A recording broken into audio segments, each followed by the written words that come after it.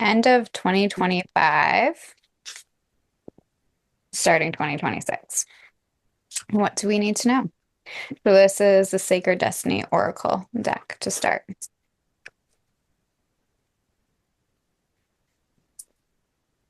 Ooh. Huh, I love this. Thriving and power. If you draw this card, you are a survivor. And not only do you survive, but you use situations that others might find challenging to thrive. You expand when others shrink. This may be the time to adapt your circumstances rather than be overcome by them. You have a remarkable ability to step beyond any challenge. You are strong. Others may find shelter in your energy, and right now, that's okay. Through giving to others, you are in turn nourished. This card may be urging you to step into primal, powerful, wild parts of yourself. Doing this will increase your vitality and contribute to your overall well-being. So we think about, you know, coming into a season of giving and how giving is balanced out with receiving. This is your time. This is the time to claim your power and step into your potential. This doesn't necessarily mean that you will be without fear. You might feel uncertain, but do it anyway. Be courageous. Let the world hear your voice. Take a stand. Stand up for yourself and for others. Share your passion. Teach from the heart. Write, and your words will have great meaning. Hold your body as if you are incredibly valiant, noble, and brave. After all, you are. Love this.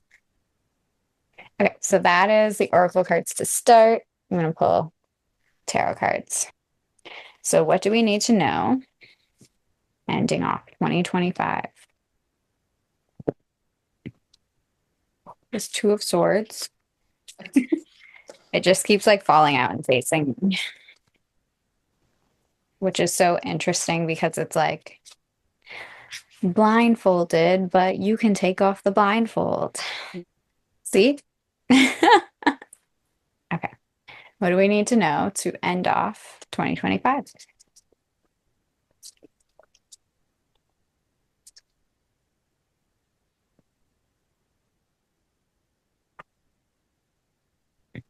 And what do we need to know going into 2026?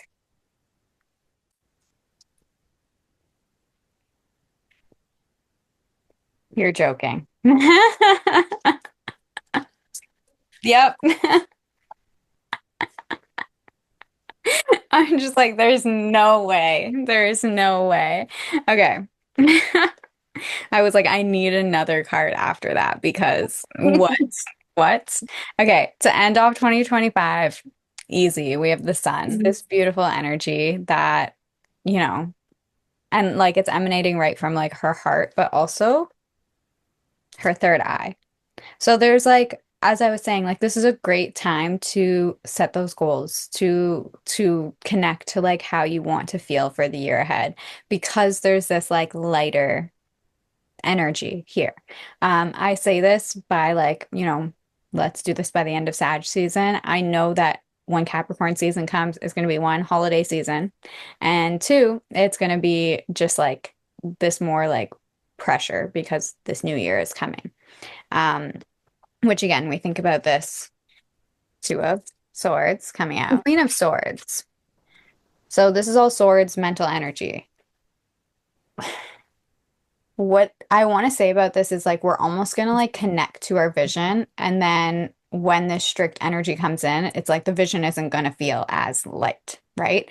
So it's like when we have to start goals or do that first 5%, 10%, 30% of a goal, it's heavier. Okay, maybe not 30%. Let's say 5 to 10%. It's heavier than doing the like when you get into the passion of it because you have to work through all those wounds, you have to work through all that like pressure, you have to work through like the the thoughts and the mental like pushbacks that you have against yourself, really. Um the Queen of Swords, okay, so we said this one, Two of Swords, it's like you have decisions to be made, and we're blindfolding ourselves as to like which one, where we're gonna go. But we always have the power to take off the blindfold. These two are also looking at each other, which is that one's not looking. And the Queen of Swords is like being strong with your boundaries and the way you communicate them to other people. She's like the powerhouse of like, um, yeah, just feeling like stable mentally. Let me just see what other words. The Queen of Swords, quick thinker, organized, perceptive, and independent. Two of Swords, indecisions, choices, truce, stalemates, blocked emotions. So yeah, this is giving like, okay, we choose the goal we finally want to work on, and then comes the actual having to work on it. That's the energy it's giving me. So where it's like, okay, we feel good about the goals we're setting, look right below it is just like, well, now we have to actually do the work because this is what we want. Mhm. Um, and the work is usually not as fun as the abundance that comes from the work or yeah, like the abundance that comes from the work. So that's very interesting. The last one I'm going to pull is an oracle card. What self-care do we need through the holidays to carry us into the new year?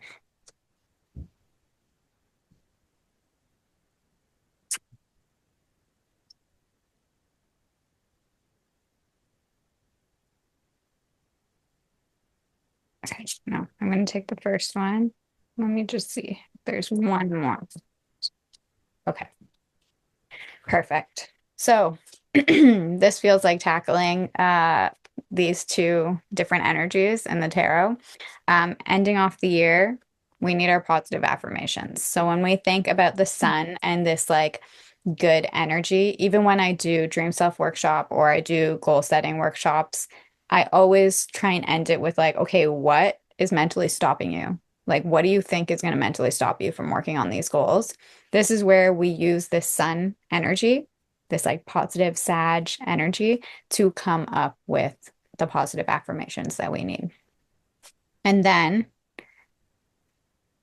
this is, this is a word thrown around a lot, but I think with the idea of like, okay, the sitting down with our goals and figuring out how we want to feel in Sagittarius season, it being like more curiosity and lightheartedness and exploration, going into like having to do the work of it.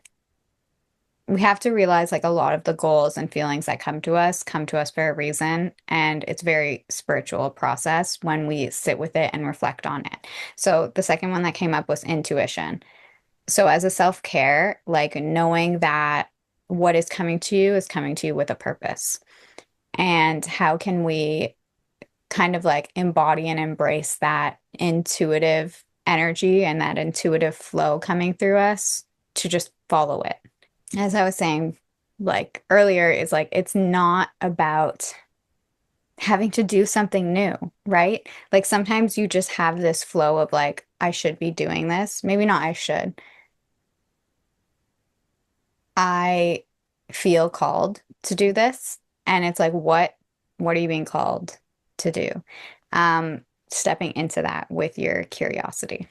And not to say that there won't be obligation or dread in your intuitive calling, because sometimes Mhm. you're intuitively called to do some. I wrote Yeah. feelings-based living because I was intuitively called to do it. But as I was doing it, I was like, this feels like an obligation because there's a certain point you might be writing, let's say the book, you might be working on the project that is supposed to help a certain person in some moment in their life, or yeah, it's supposed to help a certain person in some moment of their life, but you are maybe not in that moment anymore. You meet the Mhm. person who you're like, this is a younger version of myself. I want to help them. And you're helping them, but you're also frustrated because you're just like, I am not there anymore. Like, why can't you just see what I see now? Even though it's like you're not there anymore. But this is like a part of the calling that you have in life, or maybe you have this soul contract with this person to help them. So that's part of like it's sometimes your callings are obligations that are part of your life. We can always reframe them in other ways, but sometimes we just have to admit to ourselves, like, I'm not necessarily the happiest doing this, but I see where this is part of my purpose to be right Mhm. here, right now. The energy. ending off in 2025, going into 2026.